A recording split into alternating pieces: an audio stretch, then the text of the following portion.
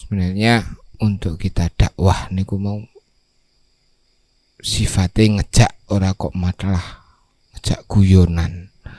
Nah, tentang dakwah itu tadi arahannya prinsip dengan arahan ya sifatnya yang harus sifat mendidik. Secara ini umum hari ini banyak orang yang suka dengan cara guyon yang terlalu vulgar. Ya.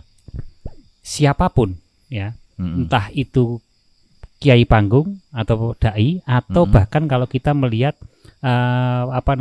dunia komedian.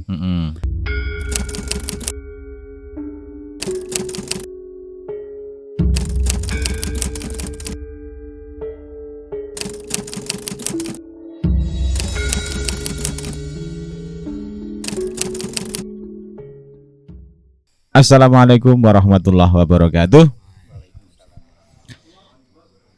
Bismillah, alhamdulillah, salatu wassalamu ala rasulillah wa ala alihi wa ashabihi wa man tabi'a sunnatahu wa jama'atah min yaumina hadha ila yaumin nahdah. Para sahabat-sahabat lelaku budaya yang saya sangat cintai, kali ini kita berjumpa kembali di suasana yang berbeda.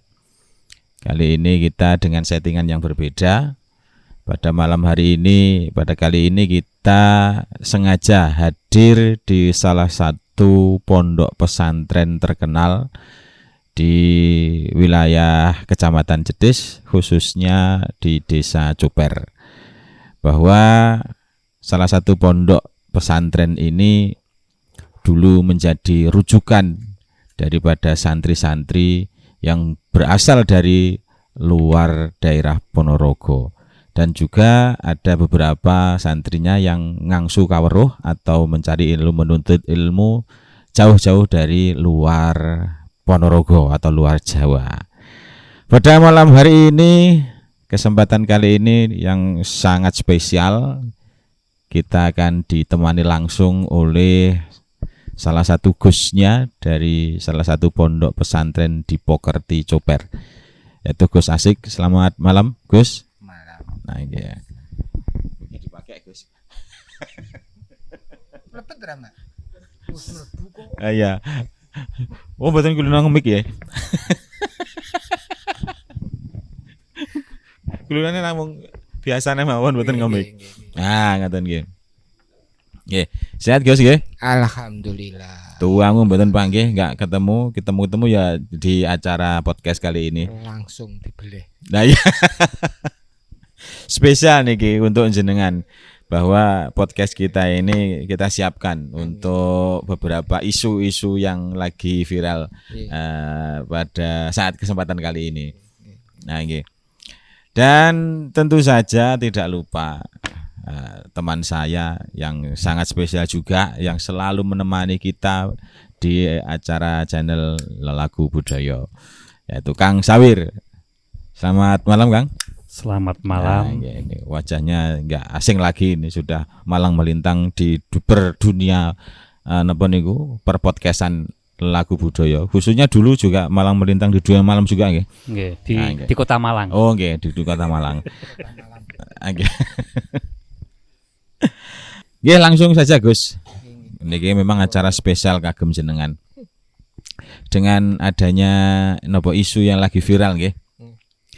Tentang beberapa kaidah-kaidah metode dakwah yang saat ini kalau menurut kaidahnya dakwah itu ada beberapa dai yang memang kurang pas atau mencederai kaidah metodologinya orang berdakwah secara harfiah niku. Ada beberapa statement yang memang di telinga kita nggih asing untuk dunia pendidikan, khususnya dakwah di pondok pesantren. Niku miturut panjenengan napa nggih? Kalau misalkan niki jenengan menurut penemunya jenengan, pamanggihan jenengan. Ya lagi viral saat ini. Kita saged menyebut merek nanti di belakang mawon nggih. Secara umum kemawon nggih. Secara umum untuk kita menyikapi nopo yang kita sudah lihat dan sudah di depan mata kita dengan kenyataannya yus ngenten niku. Sebenarnya untuk kita dakwah niku mau sifatnya ngejak, ora kok masalah ngejak guyonan. Nah, tentang dakwah itu tadi arahannya, prinsip dengan arahan ya sifatnya yang harus sifat mendidik. Oke. Dakwah itu mendidik, dan yang kaidahnya yang harus diangkat dulu saurunge dadi dakwah iku ya kudu ngaji untuk menuntut ilmu kan gitu. Nah sekarang lagi ngetren-ngetrennya sing jenenge golek ilmu sing modele instan. Satu jam selesai, 1 jam setengah selesai. Terus kaya contohnya kaya ngapalne Quran 2 tahun khatam, berani ngonten-ngonten niku kan kita harus benar-benar berhati-hati. Terus ngajine liwati Google kan ngonten niku kan. Mencari ilmu melewati Google ya kita nggak menyalahkan secara modernnya apa yang sudah ada itu, menyalahkan ya enggak, tapi di diri kita, di seorang dakwahnya itu ya bener kudu duwe sangu. Yang pertama ya kudu punya akidah tentang akhlak, karena ilmu itu nomor loro, sing nomor siji ya bangga akhlak yang ditanamkan itu. Nah, terus sekarang kan ya lek gak akeh guyone nggak payu kan ngonten-ngonten itu kan malah apa mending ngundang dagelan mawon kayak iya anggur kaya kirun dakwah malah api iso nggowo iso guyu ya nang iya mayokne kan. Sebenarnya di komplek pondok pesantren itu ya nggak sesangar sing medeni sing anu. Pondok pesantren itu sifatnya yang benar-benar yang rahmatan lil alamin itu di kelembagaan pondok pesantren. Karena di pondok pesantren itu sudah ditanamkan sifat-sifat karakter-karakter manusia yang sebanyak ribu kados kaya nang Ploso Lirboyo itu wis berapa macam manusia yang pola pikirnya beda-beda untuk mendalami ilmu satu ilmunya ilmu Allah. Itu harus rahmatan lil alamin.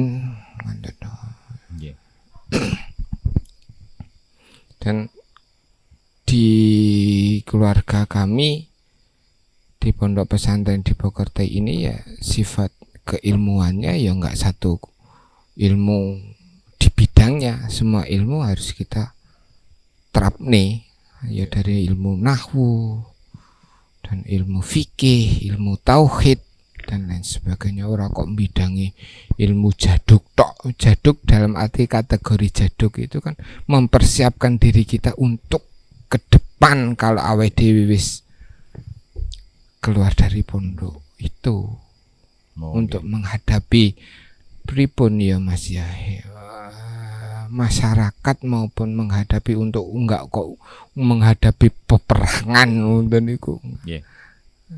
Terutama jaduk itu di dalam arti jaduk itu tentang batiniahnya. Ora aja gampang dadi gampangan wong gumun, aja gampang dadi gampang wong hiran. Gumunan itu bahaya. Dibagi pondok, dibagi santri-santri itu bahaya. Santri lek gampangan gumun ya gampangan keli. Kintir. Ngono. Wis padha karo ngenten niku wau. Nggih. Terkait dengan isu viral niku Kang Sawir, bahwa statement yang dinarasikan itu yang disampaikan oleh salah satu pendakwah niku, dan kebetulan beliaunya niku kan memang ya lagi tren naik daun, baik dari segi politis, dari segi napa niku jamaahnya juga. Padahal yang disampaikan itu ya kalau dilihat dari taklimnya di pondok pesantren memang jauh sekali. Nah, aduh. Nah, niku jauh. Atau memang selera masyarakat saat ini memang seperti itu, atau memang kualitas daripada dai-nya, pendakwahnya ya harus memang seperti itu yang bisa diterima oleh masyarakat sesuai dengan konsumen. Ngeten pripun niku? kalau memahami apa yang terjadi hari ini, kita tidak bisa menafikan yang namanya selera. Ya, masyarakat hari ini sudah terbangun atau terkonstruk bahwa segala sesuatu dengan percepatan, dengan sesuatu yang instan. Kemudian segala sesuatu itu harus menarik. Karena kalau tidak menarik itu tentunya secara hukum ekonomi itu tidak akan menjual. Karena parameter kiai, dai ataupun penceramah itu menjadi top itu karena satu, banyak pengikutnya atau jamaahnya, kemudian menarik, good looking, nah kemudian dia viral. Nah, viral ini kadang-kadang yang kemudian menjebak manusianya, entah pendakwahnya maupun konsumennya. Kalau kita melihat hari ini, kita tidak langsung menunjuk yang lagi viral hari ini, yang sedang panas Gus Miftah, tapi kita melihat semua bagaimana hari ini semua dai ataupun kiai panggung itu memiliki kecenderungan sama. Ya kebetulan hari ini Gus Miftah dengan keplesetnya yang terlalu banter, sehingga dia jatuh. Tetapi secara ini umum hari ini banyak orang yang suka dengan cara guyon yang terlalu vulgar. Siapapun, ya, entah itu kiai panggung atau dai atau bahkan kalau kita melihat dunia komedian.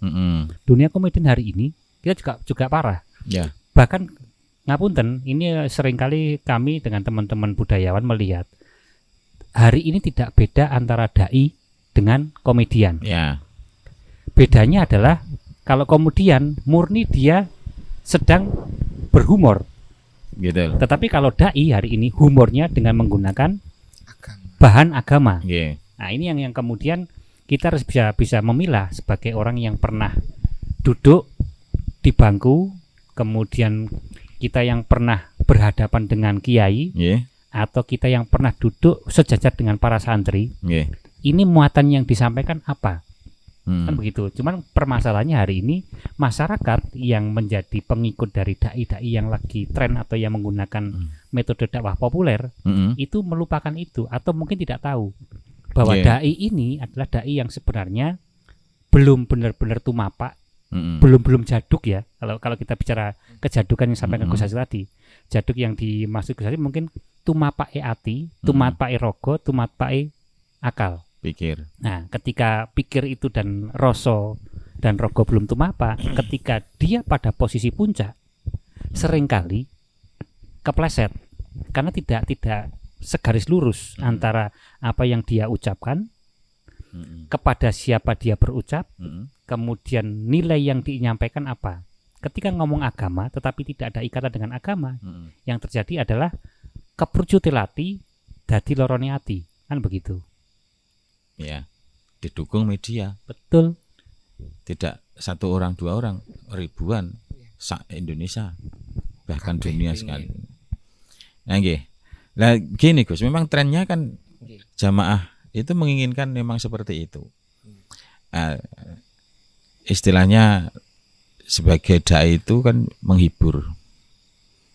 Menghibur itu dalam artian mungkin dari jamaah atau warga masyarakat itu di rumah atau di tempat kerja banyak problem, akhirnya dia mengikuti satu kajian, pengajian majelis taklim yang di situ materi yang disampaikan guyon-guyon saja, tidak ada ilmu, bahkan ilmunya hanya berapa persen dari persentasenya itu hanya kecil sekali. Nah, terus kita terus menyikapinya bagaimana?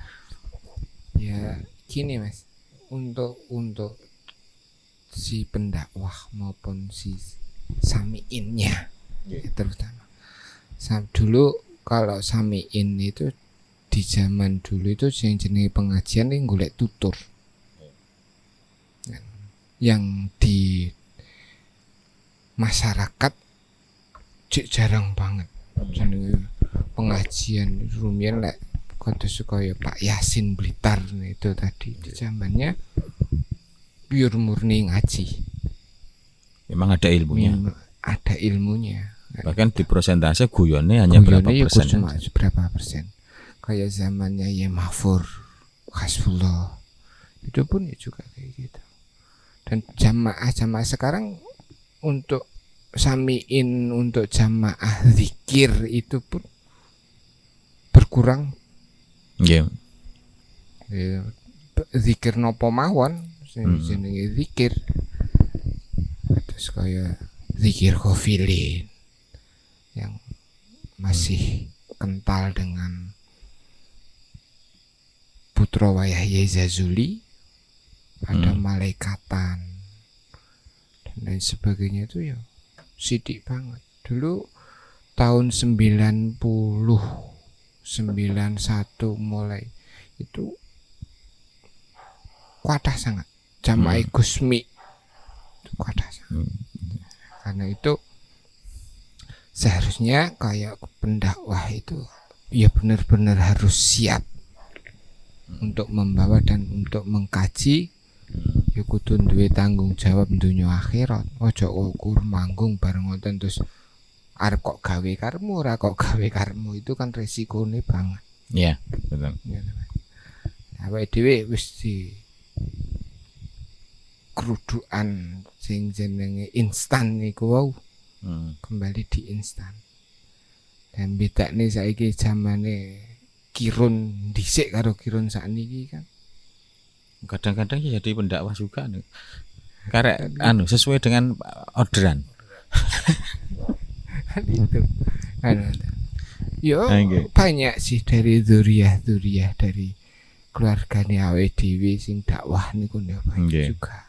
Cuma sing tak kula heran dalam arti tanda kutip kok malah akeh sing wong sing ngoten niku toh daripada sing bentuk tulus, bentuk bener-bener DER syiar dengan kalimatnya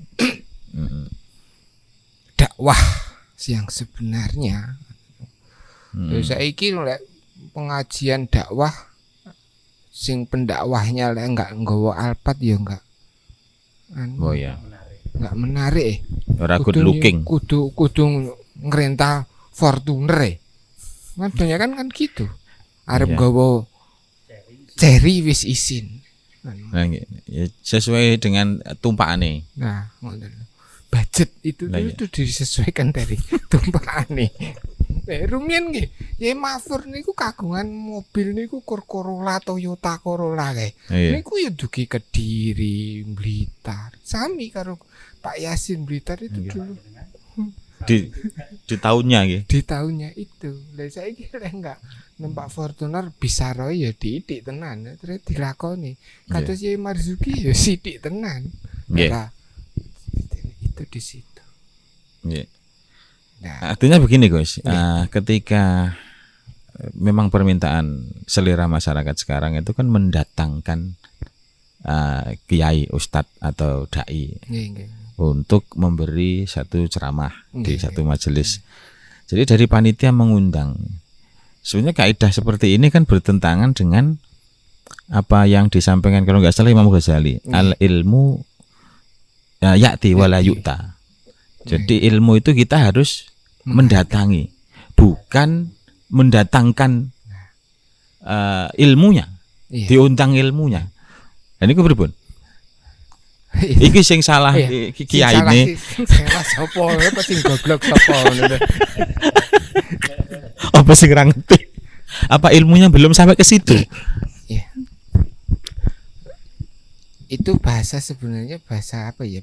Bahasa sing yang harus kita pakai sebenarnya. Ilmu itu mau sifatnya kayak sumur, timbul marani sumure, ora kok sumur sing marani timbune. Dan itu sebaliknya sekarang. Zamannya wis ulak-walik ngoten-ngoten niku. Banyak sekali dengan kalimat-kalimat jere ngendikane wong sepuh-sepuh para masayih dhewe sing digarap disepelekne niku. Ya contohnya ya macam ngoten niku wae. Nah nggih. Ya Kang Sawir nggih. Ya mau tidak mau memang ya kita harus mengikuti selera. idealis boleh kalau dalam satu napa niku statementnya beberapa teman-teman dai niku idealis boleh. Cuman kan kita harus mengetahui konsumen di pasar. Kalau pengen mau ngaji ya silakan. Ayo datang ke sana. Diwai jadwal tersendiri. Ada trik kiat-kiat khusus ngaji kiainya memang tidak keluar. Nah, tapi untuk dakwah dai-nya seperti itu yang sifatnya umum ya kita kasih jadwal tersendiri. Seperti halnya beberapa dai kan memang mempunyai napa niku jadwal jabat khusus. Nah, niku lek miturut jenengan juga. Jadi apa memang harus sesuai dengan pangsa-pangsarnya, selera-selera keilmuannya itu ya wis ringan-ringan datar-datar saja.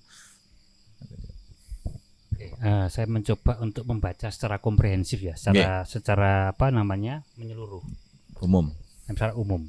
Hari ini kita tidak bisa ideal seperti dulu ketika pesantren berdiri atau kiai hadir begitu di dalam masyarakat, sehingga kemudian kiai dengan kehadiran kiai masyarakat akan terbentuk. Hari ini kita tidak bisa seperti itu karena apa? Satu, faktor yang namanya percepatan kebutuhan atau konsep terbangunnya masyarakat konsumerisme, di mana masyarakat hari ini tidak memiliki kesempatan untuk berlama-lama di pondok, karena dia sudah dipaksa untuk mencari kebutuhannya, sehingga dengan hadirnya kiai panggung ataupun konsep dengan menghadirkan kiai kepada masyarakat di dalam secara temporal ataupun secara waktu terbatas, itu hari ini memang dibutuhkan, tetapi tentunya juga perlu yang namanya pemahaman bahwa ketika kiai dihadirkan dalam sebuah masyarakat yang dikumpulkan, itu tentunya metodenya tidak melupakan kaidah dalam berdakwah. Ini yang seringkali menjadikan banyak orang melupakan sakjane ki mau pengajian opo guyon bareng secara jamaah. Kalau hari ini kan guyon secara jamaah. Ming ono imame jenenge kiai nang nggone panggung nyeklemik guyon bareng. Nah, padahal konsepsinya adalah kiai datang ke situ adalah untuk memberikan pengajian, menyampaikan ilmu. Nah, cuman karena mungkin trik digunakan untuk supaya masyarakat tidak jenuh atau tidak ngantuk, ada guyon. Akhirnya dikasih guyonan. Kasih guyonan. Nah, permasalahannya guyonan itu lambat laun yang namanya manusia dengan menu yang satu akan menuntut menu yang lain. Kurang kroso guyone, kurang kroso, tetapi kurang kroso ini tidak ditakar dengan waktu, tidak ditakar dengan namanya basic masyarakat itu biasanya guyone model opo, apakah pantas dengan goyan yang vulgar atau tidak. Ini yang kadang-kadang ketika kita sudah berhadapan, contoh seperti inilah, kita berhadapan dengan kamera, dengan mic, kita lupa dengan awal kita pegang mic hari ini apa. Yang namanya motif pribadi, yang namanya ego, yang nafsu kadang-kadang mendorong kita melupakan itu. Ya bisa jadi kiai pun juga manusia kan begitu. Nah, ini tentunya perlu yang adanya pendamping, memberikan kode. Kalau di dunia teater ada pembisik. Di dunia teater ya.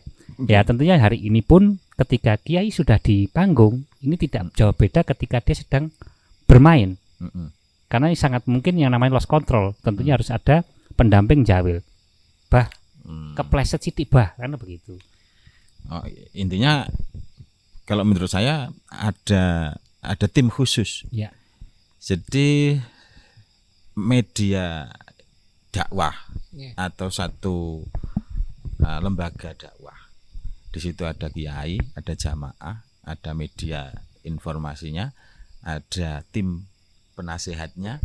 Jadi satu tokoh yang namanya kiai itu menjadi pemimpin lembaga-lembaga di bawahnya, termasuk jamaahnya, termasuk krunya, termasuk tim penasehatnya, termasuk tim yang mengedik kalau misalkan nanti ada kesalahan kepleset. Sama ada dengan tim sholat. Ketika sholat kiai imamnya melakukan kesalahan, makmum memberikan kode kan begitu. Iya betul. Tapi kalau sudah keterlanjuran ning panggung, sudah sampai ke media, sudah sampai ke jamaah, kan sudah lain lagi nih ceritanya. Pribadi guys. Kalau sudah seperti itu, sebagai mukmin kita wis padha-padha dianggap wong Islam ngono wae, padha wong imane awake dhewe ini menjudge atau menghakimi atau nambahi kesele atau bagaimana? Gimana ya? Kalau pendakwah itu dengan resikonya itu di lisan sebenarnya. Nah, di lisan itu dengan kebiasaan di lisannya. Dan insya Allah lah kalau kita bisa menjaga bil lisan nih dewi dengan akhlak, ya insya Allah. Itu di situ. Salamatul insan fi hifdzil lisan. Nah, itu di situ. Selamate menungso iki rak sangka njaga omongane. Mau arep otoriko dadi ketua otoriko, mursyid otoriko ya memang ya manusia. Mana kados kayak kita kan di Indonesia itu kan ya banyak banget dengan toriko, mursyid toriko. Ya benar, kita ya harus benar-benar bisa mengangkat toriko dan memilih mursyid yang sebenarnya. Ya, artinya ketika sudah terlanjur kita sebagai sesama muslim, sesama pemirsa, sesama korektor istilahnya itu, kita tetap melanjutkan.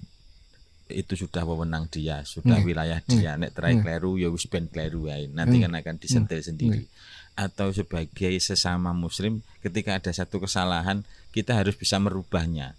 Artinya dalam sesuai dengan kapasitas kita. Nek terakhir makom kita itu di bawahnya mungkin jadi jawil. Gus tat hajake kok mboten pas. Kalau misalkan makomnya di atasnya, misalkan langsung memberi nasihat, mau itu hasanah tersendiri khusus. Nah, kalau sudah memang terlanjur sampai ke media, minimal ada pernyataan apa itu permintaan maaf atau mengklarifikasi seperti ini Bu Togus. Kalau niku di manusianya ya, di personalnya. Ya banyak lek kalau DE wis warek lek ngapusi ya mesti jeblok kan ngoten lho. Wong jenenge wong gandulan kan mesti jeblok Mas. Nggih. Sepatu pae malot. Berarti wis wayahe tiba lah.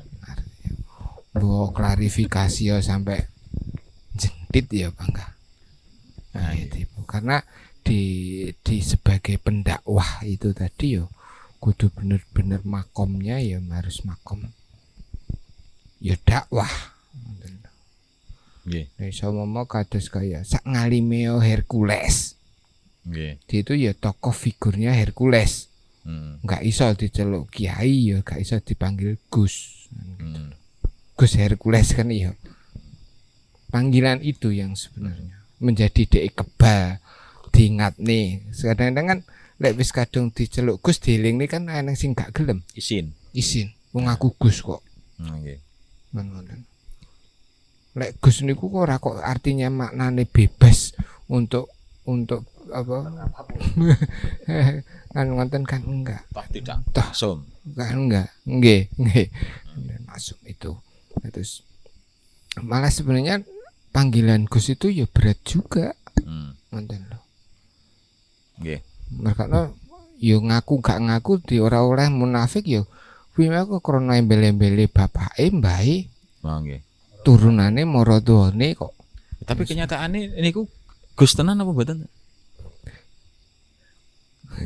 Gus iki kriteria Gus enten pinten Gus? Kok eneng pira iki Gus? Kriteria Gus. Saya coba membantu perkembangan. Yang kita coba kita ungkap adalah perkembangan hari ini. Kata Gus, kalau dulu konsepsi Gus itu hanya diperuntukkan untuk putra kiai kan begitu. Putra kiai yang mempunyai lembaga pendidikan. Baik pesantren. Ya, atau calon kiai. Dari terahnya kan begitu.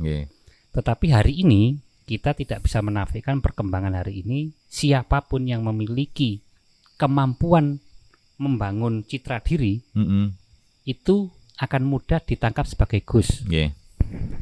kekuatan massa daripada yang dimiliki, itu akan bisa menciptakan pangkat ataupun sebutan kepada siapapun memiliki kata Gus untuk embel-embel gelarnya.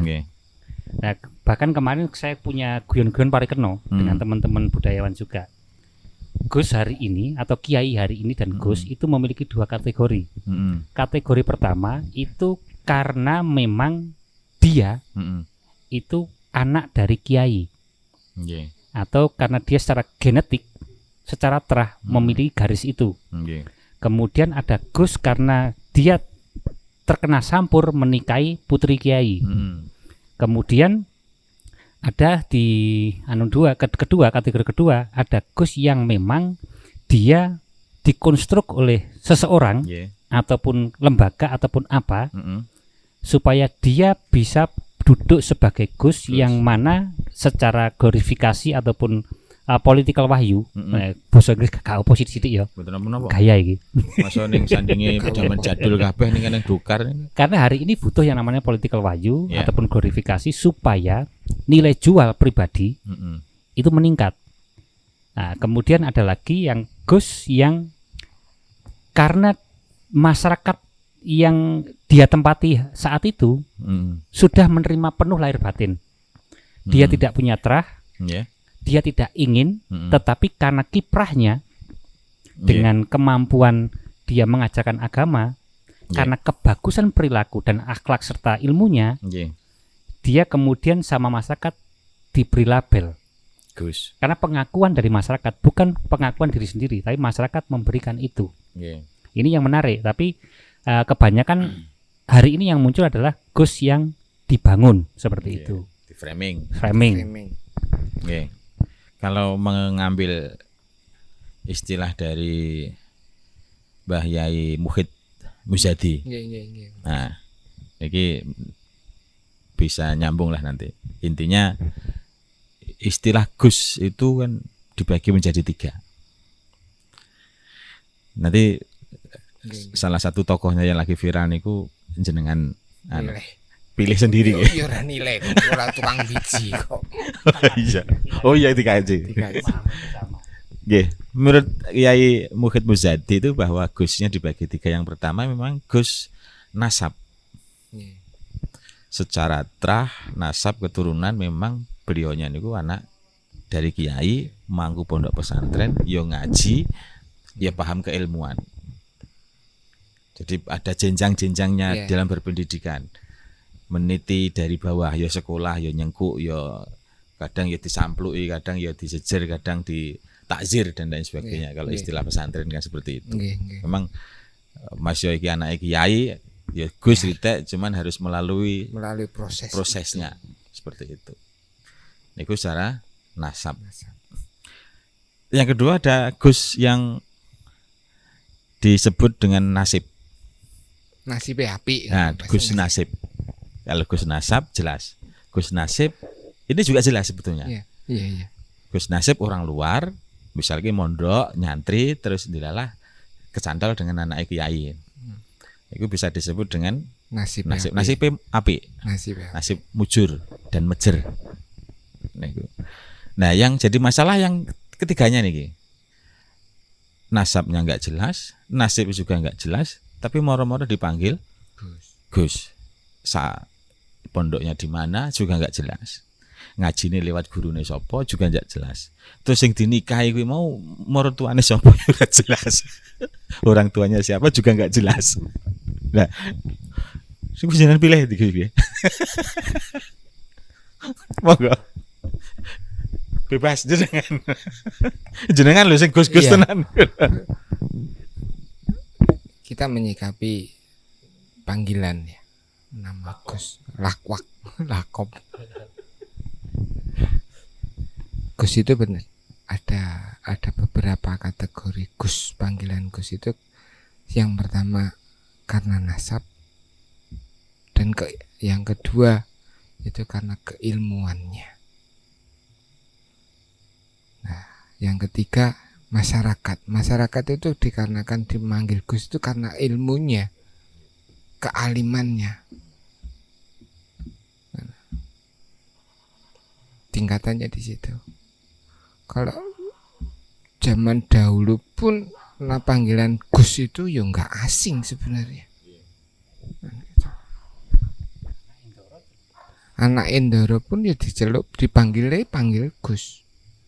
Yang sebenarnya Bagus atau Agus. Agus. Biasanya Ndoro Den Bagus. Nah, ada Den Narso. itu Raden Bagus. Di situ. Nah, masalah nasab Nggih.